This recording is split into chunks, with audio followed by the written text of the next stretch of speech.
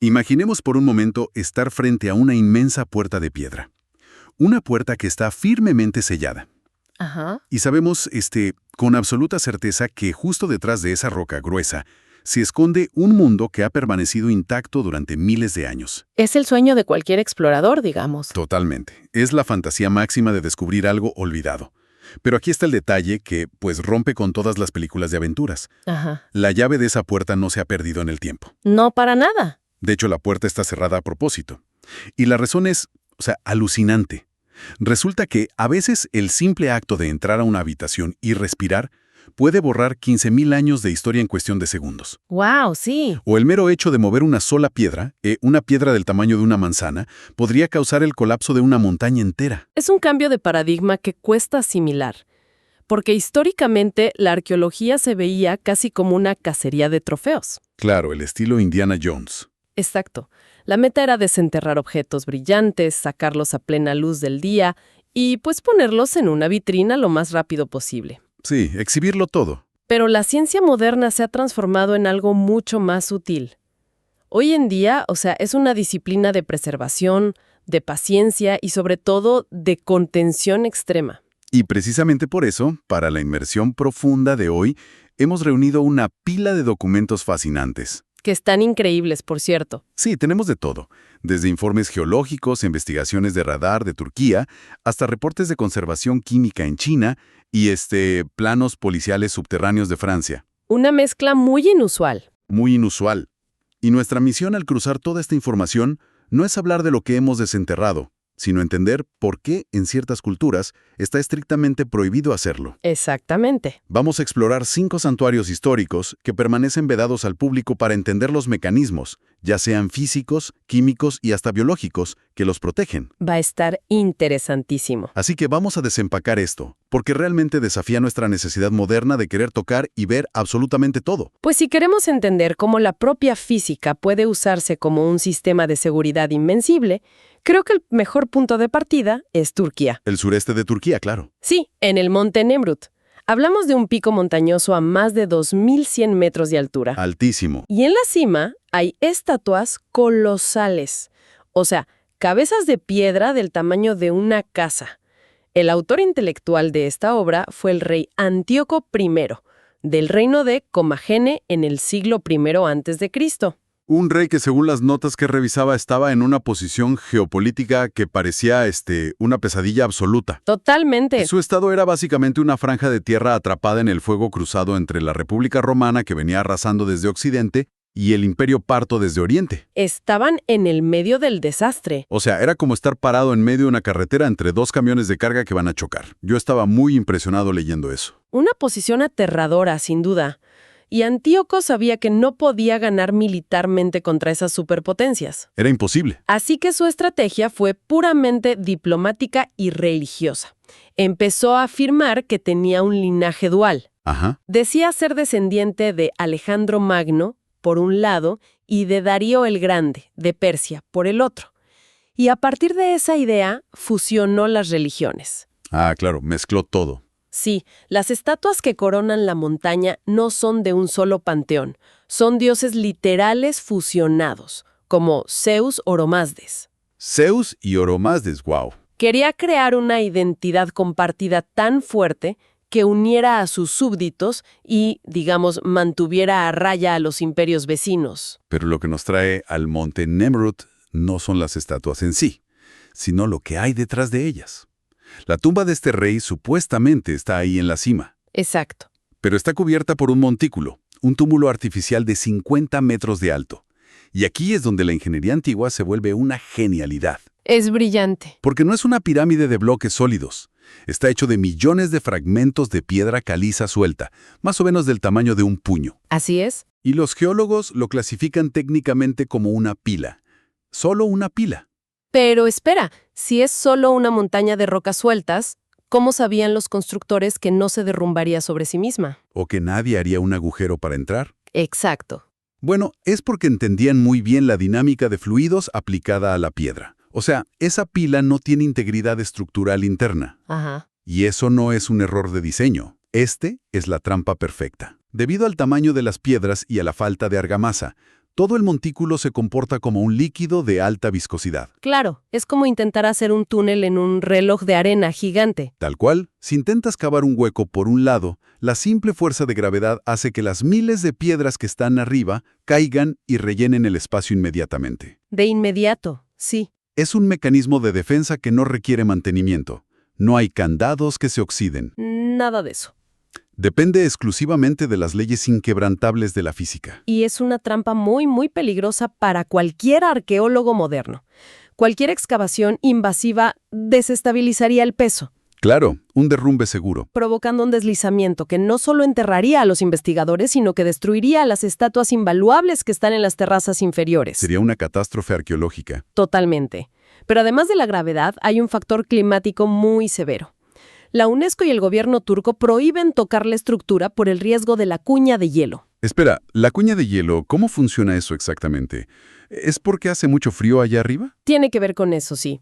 Básicamente, la piedra caliza es un material muy poroso. Ok. Si mueves las piedras y expones las capas internas a la intemperie, la humedad de la nieve y la lluvia penetran los microporos de la roca. Ajá. Y cuando la temperatura cae bajo cero por la noche, esa agua se congela.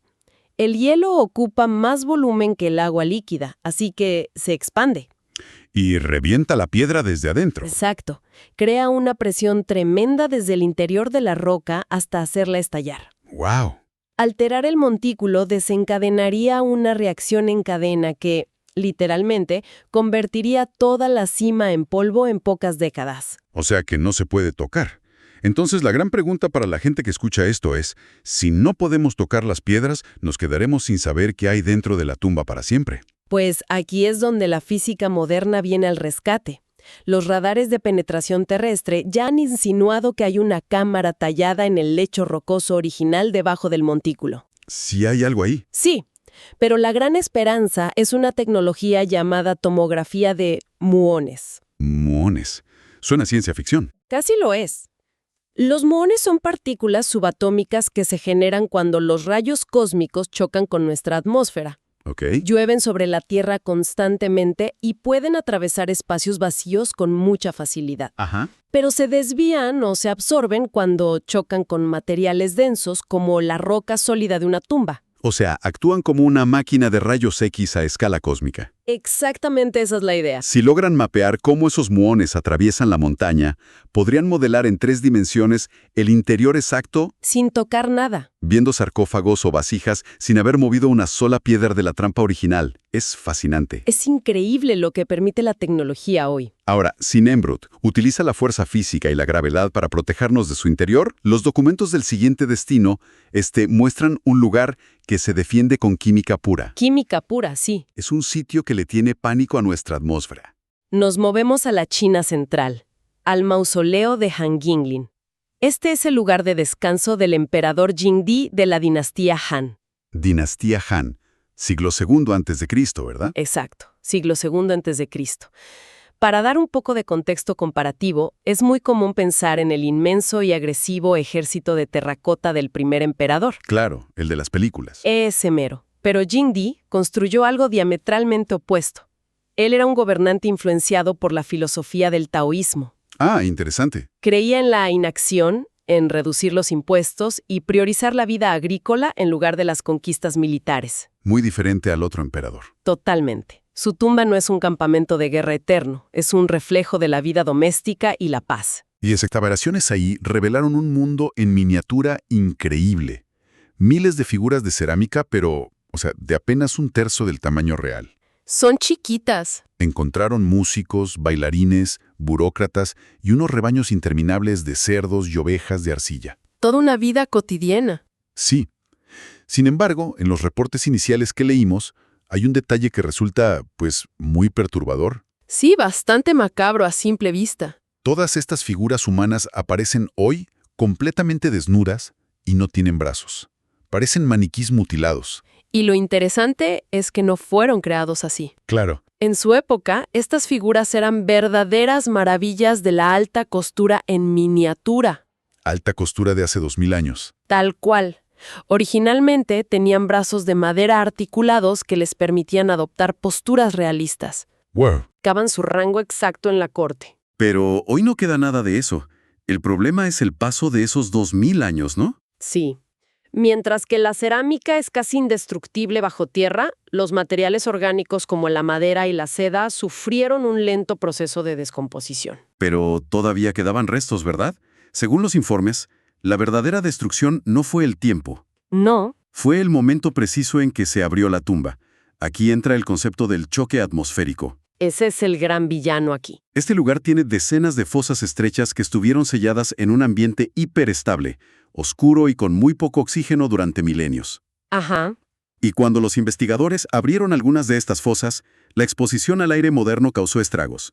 Fragmentos de seda negra que habían sobrevivido milagrosamente, Se desintegraron. literalmente se convirtieron en polvo en cuestión de segundos al reaccionar con el oxígeno nuevo. Fue un desastre químico casi instantáneo. Los vibrantes pigmentos, pintados sobre los rostros de las figuras, comenzaron a rizarse ¿Qué coraje debió darles? y a desprenderse de la cerámica. Al entrar el aire exterior, la humedad del ambiente subterráneo se evaporó a una velocidad que los materiales no podían soportar. Claro, el cambio fue muy brusco. Demasiado. Es un proceso de oxidación y deshidratación que actúa literalmente como un incendio a cámara lenta. Consumiendo la historia frente a los ojos de los arqueólogos. Exactamente. A ver, tengo que hacer la pregunta obligada. Si sabemos con absoluta certeza que el aire de nuestro mundo es letal para este lugar, ¿cómo es que hoy en día existe un museo gigantesco construido justo encima de estas fosas? Es una gran pregunta. O sea, donde miles de turistas caminan todos los días. Suena una contradicción terrible, ¿no? Parecería una contradicción, pero en realidad es una de las soluciones de ingeniería de conservación más ingeniosas del mundo. A ver, El gobierno chino decidió construir un museo subterráneo no invasivo. ok. Los visitantes caminan sobre un sistema de pisos de vidrio muy grueso y resistente. Como un puente transparente. Exacto, que está suspendido sobre las fosas de excavación originales. El truco está en que el aire debajo de ese vidrio está herméticamente sellado del aire donde respiran los visitantes. O sea, crearon una burbuja de clima controlado. Sí, Entonces abajo, en las fosas, la humedad y la temperatura se mantienen artificialmente estables, imitando las condiciones del subsuelo para que el deterioro, pues, se congele. exacto. Es como asomarse por la ventana a una cápsula del tiempo. Y lo que más me impactó de este reporte es que el montículo principal, donde se supone que está el cuerpo del propio emperador, Sigue cerrado. sigue cerrado. Saben que está ahí, saben perfectamente dónde está, pero se niegan a abrirlo. Tienen mucha paciencia. Han decidido que, hasta que no exista una tecnología que elimine al 100% el riesgo del choque atmosférico, el emperador seguirá durmiendo en la oscuridad. Es un ejercicio de paciencia monumental, como dices. Y pasamos de proteger los objetos de la química del aire a protegerlos de la propia influencia humana. Totalmente.